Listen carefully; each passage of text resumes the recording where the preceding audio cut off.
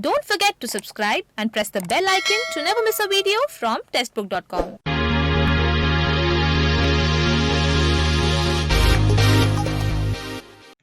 नमस्कार, स्वागत है आपका टेस्टबुक.com में। आईबीपीएस आरआरबी 2020 का रिक्रूटमेंट नोटिफिकेशन 30 जून 2020 को रिलीज किया गया था और इसके जो ऑनलाइन रजिस्ट्रेशन है, जो ऑनलाइन एप्लीकेशन है, वो 1 जुलाई 2020 से स्टार्ट हो चुके हैं और 21 जुलाई 2020 तक इसके ऑनलाइन रजिस्ट्रेशन ओपन रहेंगे। इस बार जो वैकेंसी है वो पिछली बार यानी 2019 के कंपैरिजन में ज्यादा है। पिछली बार जो वैकेंसी थी वो लगभग 8,400 थी और इस बार 9,698 वैकेंसीज रिलीज की गई हैं और इसके जो ऑनलाइन रजिस्ट्रेशन जैसा कि मैंने आपको बताया कि 1 जुलाई 2020 से शुरू हो चुके हैं और 21 जुलाई 2020 तक फॉर्म फिल किए जाएंगे। तो ऐसे कैंडिडेट जिनको ऑनलाइन रजिस्ट्रेशन में प्रॉब्लम आ रही है उनकी हम ये वीडियो लेकर आए और इसमें आपको बताएंगे कि आपको कौन-कौन से स्टेप्स को फॉलो करना होगा ऑनलाइन रजिस्ट्रेशन के लिए। हम आपको पूरा एक-एक स्टेप बताएंगे कैसे आप अपना ऑनलाइन रजिस्ट्रेशन कर सकते हैं आईबीपीएस आरआरबी के 2020 के एग्जाम के लिए। तो आइए शुरू करते हैं और जानते हैं कि क्या है online registration process IBPS RRB के एग्जाम के लिए। तो सबसे पहले देखिए आपको आईबीपीएस की जो ऑफिशियल वेबसाइट है उस पर जाना होगा ibps.in और यहाँ पर जब आप जाएंगे तो देखिए आपको यहाँ पर एक ऑप्शन दिख रहा होगा click here to apply online for CRP RRBs 9। तो इस पर आपको क्लिक करना होगा। जब आप इस पर क्लिक करेंगे तो आप एक पेज ओपन होगा और वो पेज देखिए यहाँ पर आपको ऑप्शन आ रहा होगा कि आपको किस पोस्ट किसके लिए अप्लाई करना है। मल्टीपर्पज के लिए अप्लाई करना है, ऑफिसर स्केल 1 के लिए अप्लाई करना है या फिर ऑफिसर स्केल 2 या 3 के लिए अप्लाई करना है या फिर आपको एडवर्टाइजमेंट देखना है। तो देखिए दूसरे नंबर पर आप आएंगे तो वहां पर लिखा होगा आपको कोई भी सिलेक्ट करना हो, मैं आपको एक सिलेक्ट करके बताता हूँ। दूसरे नंबर पर लिखा हुआ है click here to apply online for CRP RRB recruitment of officers scale 1 under CRP RRB 9 और दूसरे नंबर पर इस पर मैं क्लिक करूंगा तो फिर से एक नया पेज ओपन हो जाएगा और देखिए एक ये नया पेज ओपन होगा और इसमें आपको देखिए click here for new registration करना है और जिन लोगों ने रजिस्ट्रेशन कर रखा है वो डायरेक्ट लॉगिन कर सकते हैं, लेकिन मैं आपको नए रजिस्ट्रेशन से बताता हूँ कि कैसे आपको रजिस्ट्रेशन करना है। तो click here for new registration इस पर आप क्लिक करेंगे और जब आप इस पर क्लिक करेंगे तो देखिए आपको यहाँ पर नोटिस आएगा कि आप ये सारी चीजें आपको दी गई हैं, एलिजिबिलिटी वगैरह, ये आप पढ़ लीजिएगा और इस पर आप कंटिन्यू पर क्लिक करेंगे और ये पेज आपके सामने ओपन होगा बेसिक इन्फो का। इसमें सबसे पहले आपको अपना फर्स्ट नेम डालना है, तो आपको अपना मिडिल नेम डालना है, आपका लास्ट नेम डालना है, मोबाइल नंबर डालना है, मोबाइल नंबर कंफर्म करना है, ईमेल आईडी डालनी है, फिर ईमेल आईडी को कंफर्म करना है और सिक्योरिटी कोड डालना है। तो इस तरह से देखिए मैंने आपको फिल करके बता रहा हूँ। फर्स्ट नेम में जैसे कि मैंने अनुराग डाला हुआ है और लास्ट नेम में मैंने दुबे डाला हुआ है, तो मेरा फुल नेम हो गया अनुराग दुबे। फिर हम बात करते हैं मोबाइल नंबर की। तो देखिए मैंने यहाँ पर मोबाइल नंबर डाला हुआ है 7417580489, तो ये मोबाइल नंबर आपको डालना है और ईमेल आईडी डालनी है। उसके बाद ये जो आपको इमेज दिख रही है, वर्ड्स दिख रही हैं, वो आपको यहाँ पर सिक्योरिटी कोड वाले ब्रैकेट में एंटर करने हैं और सेव एंड नेक्स्ट पर क्लिक करना है। जब आप सेव एंड नेक्स्ट पर क्लिक करेंगे तो देखिए आपको यहाँ पर एक ऑप्शन आएगा, एक पॉपअप ओपन होगा, उसमें आपको ओके करना है फाइनल सबमिट के लिए, तो ओके कर देंगे आप। अगर कुछ एडिट करना है तो कैंसिल कर दीजिए। तो आप यहाँ पर ओके करेंगे, जो आप ओके करेंगे तो अगला पेज ओपन हो जाएगा और अगला पेज है इसमें आपकी फोटोग्राफ और सिग्नेचर मांगे गए हैं, तो अपने फोटोग्राफ और सिग्नेचर आप है वो रेडी रखिएगा। यहाँ पर फोटो सिग्नेचर के लिए कुछ गाइडलाइंस है वो भी आपको बता देता हूँ, इस पर आप क्लिक करके भी चेक कर सकते हैं। Guidelines for scanning the photograph and signature. तो गाइडलाइंस क्या है? गाइडलाइंस ये है फोटोग्राफ का जो इमेज है वो आपका 4.5 सेंटीमीटर इंटू 3.5 सेंटीमीटर होना चाहिए। जो डायमेंशन है वो आपकी 200 इंटू 230 पिक्सल्स होनी चाहिए और जो साइज है वो 20 केबी टू 50 केबी होना चाहिए। तो ये है आपके फोटोग्राफ इमेज के कुछ रूल्स गाइडलाइंस। सिग्नेचर की बात करें तो सिग्नेचर में देखिए आपका जो डायमेंशन है वो 140 इंटू 60 पिक्सल्स होना चाहिए। जो सिग्नेचर का साइज है वो 10 केबी से 20 केबी होना चाहिए। तो ये हो गए आपके सिग्नेचर के गाइडलाइंस। तो आप देखिए मैंने यहाँ पर अपनी फोटो और सिग्नेचर अपलोड कर दिए हैं, तो आपको उसी गाइडलाइंस के अकॉर्डिंग अपने सिग्नेचर और फोटो अपलोड करने होंगे। उसके बाद आपको नेक्स्ट पर क्लिक करना होगा। जब आप नेक्स्ट पर क्लिक करेंगे तो आपका फिर एक दूसरा पेज खुलेगा।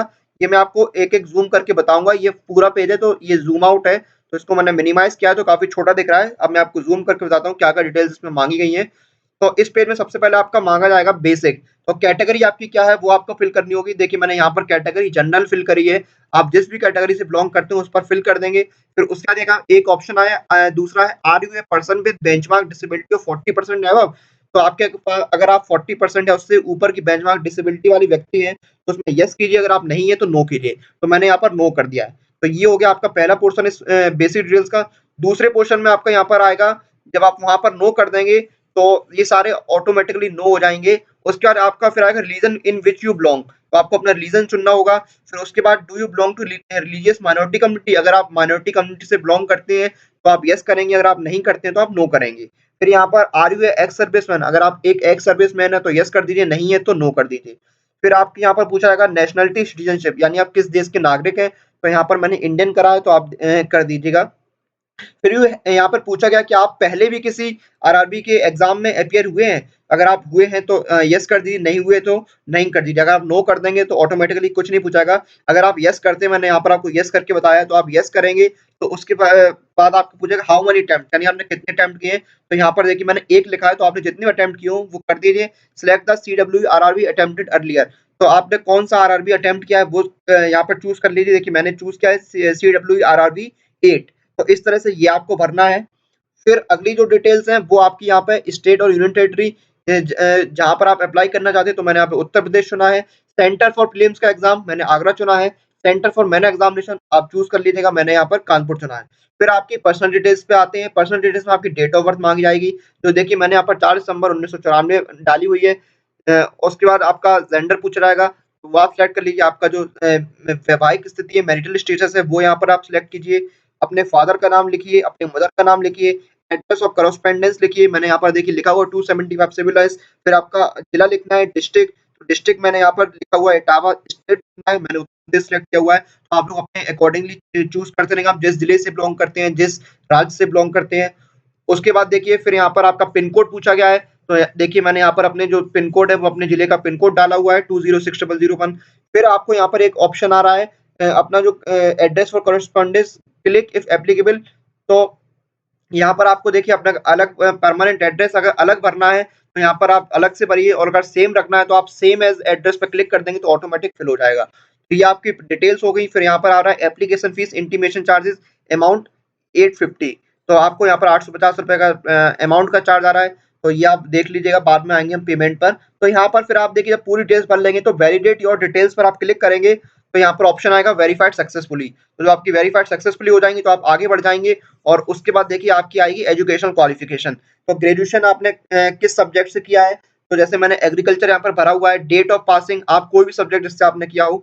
डेट ऑफ पासिंग तो मैंने यहाँ पे 30 जुलाई 2015 भरा हुआ है, और परसेंटेज ऑफ मार्क्स तो मैंने 66.67, और क्लास और ग्रेड जो भी आपका हो मैंने फर्स्ट क्लास भरा हुआ है। उसके बाद अगर आपने पोस्ट ग्रेजुएशन करा है तो वो डिटेल्स भर देंगे। प्रोफेशनल क्वालिफिकेशन आपने कुछ किया हुआ है तो उसकी डिटेल्स भर देंगे।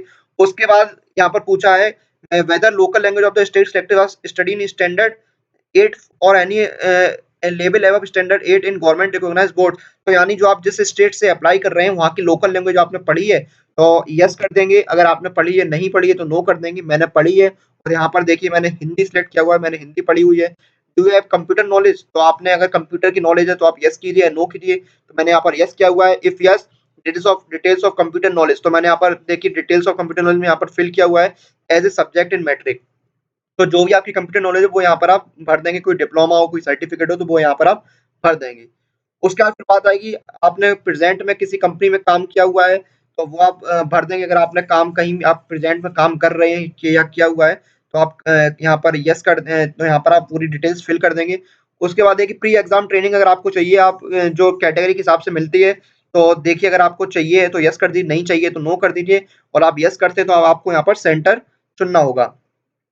और देखिए यहाँ पर और एक चीज़ है, whether any prosecution and detention fine conviction sentence against you has been aborted by court of law for any offence, तो किसी ऑफेंस में आपके खिलाफ कोई कार्रवाई हुई हो तो आप देखिए यहाँ पर अगर नहीं हुई है तो नो, और हुई है तो यस कर दीजिए आप। और अगर हुई है आपने यस करते हैं तो आपको बतानी होगी क्या कार्रवाई हुई है। उसके बाद आप कौन-कौन सी भाषाएँ जानते हैं, तो मैंने यहाँ पर हिंदी और इंग्लिश को चुना है, और इसमें आप अगर पढ़ सकते हैं तो रीड के सामने टिक कीजिए, और लिख सकते हैं तो राइट के सामने, और बोल सकते हैं तो स्पीक के सामने। तो आप अधिकतम 3 भाषाएँ सुन सकते हैं। उसके बाद आपको वैलिडेट योर डिटेल्स पर क्लिक करना होगा, अपनी जो डिटेल्स हैं उनको वैलिडेट करना होगा, और उसके बाद सेव एंड नेक्स्ट करना होगा। तो यहाँ पर देखिए जब आप वो सेव एंड नेक्स्ट कर देंगे तो आपको फिर ऑर्गेनाइजेशन प्रेफ़रेंस आएगी, आपको कौन-सा बैंक चुनना है, कौन-सी ऑर्गेनाइजेशन आपको देनी है प्रेफ़रेंस, तो आप प्रेफ़रेंस देंगे अपनी जो सबसे पहले आपको चाहिए प्रेफ़रेंस में टॉप पे, तो उसे चुनेंगे। इस तरह से मैंने 3 चुने हुए हैं, पहले पे बड़ौदा यूपी बैंक, फिर आर्यव्रत बैंक और फिर प्रथमा यूपी ग्रामीण बैंक। तो अपनी डिटेल्स को वैलिडेट करेंगे आप, और फिर सेव एंड नेक्स्ट पर क्लिक करेंगे। उसके बाद देखिए आपकी यहाँ पर एक यहाँ पर प्रीव्यू आ जाएगा, जो आपका रजिस्ट्रेशन है उसको एक बार आप चेक कर लीजिए। इस तरह से प्रीव्यू आ जाएगा आपका रजिस्ट्रेशन का। उसमें आपको देखिए प्रीव्यू में आप देखिए यहाँ पर एक ऑप्शन आ रहा है फोटो के नीचे, I confirm that is my photo, this is my photo, तो इस पर आप टिक करेंगे बॉक्स में तो ये ब्लू कलर का टिक हो जाएगा आपका। और उसके बाद इसी में सेक्शन में सबसे नीचे आ रहे होंगे 2 ऑप्शन, आई एग्री, तो आई एग्री पर आपको क्लियर करना है डिक्लेरेशन के नीचे, कि आप डिक्लेयर कर रहे हैं कि जो भी आपने इन्फॉर्मेशन दी है वो करेक्ट है। और I confirm that is my signature, that this is my signature, तो इस पर भी आपको क्लिक करना होगा कि ये सिग्नेचर आपके हैं। आई एग्री, सिग्नेचर और फोटो पर आपको क्लिक करना होगा प्रीव्यू में, और उसके बाद फाइनल सबमिट पर आपको क्लिक करना होगा। जब आप फाइनल सबमिट पर क्लिक करेंगे तो उसके बाद आपके थंब इम्प्रेशन मांगेगा और डिक्लेरेशन लेटर मांगेगा। थंब इम्प्रेशन आपको इस तरह से डालना है और डिक्लेरेशन लेटर आपका इस तरह से होगा। डिक्लेरेशन लेटर जो है उसमें आपको बताना है कि आपने जो भी इंफॉर्मेशन दी है, आपके द्वारा सबमिट की गई है, वो सभी करेक्ट है, और समय पड़ने पर आप जो डॉक्यूमेंट्स हैं उनको उपस्थित कराएंगे। देखिए मैंने यहाँ पर लिखा हुआ है, आई अनुराग Dubey hereby declare that all the information submitted by me in the application form is correct, true and valid. I will present the supporting document and as and when required. तो मैंने यही बोला है कि मेरे द्वारा जो जानकारी दी गई है, जो सूचना दी गई है इस फॉर्म में, वो सभी करेक्ट है, और जरूरत पड़ने पर मैं सपोर्टिंग डॉक्यूमेंट मैं उपस्थित कराऊंगा, प्रस्तुत करूंगा जरूरत पड़ने पर। तो इस तरह से जब आप अपनी थंब इम्प्रेशन और डिक्लेरेशन फॉर्म जब यहाँ पर अपलोड कर देंगे तो उसके बाद आपको सिक्योरिटी कोड डालना होगा। ये देखिए सिक्योरिटी कोड एंटर करेंगे, उसके बाद सेव एंड नेक्स्ट पर आप क्लिक करेंगे।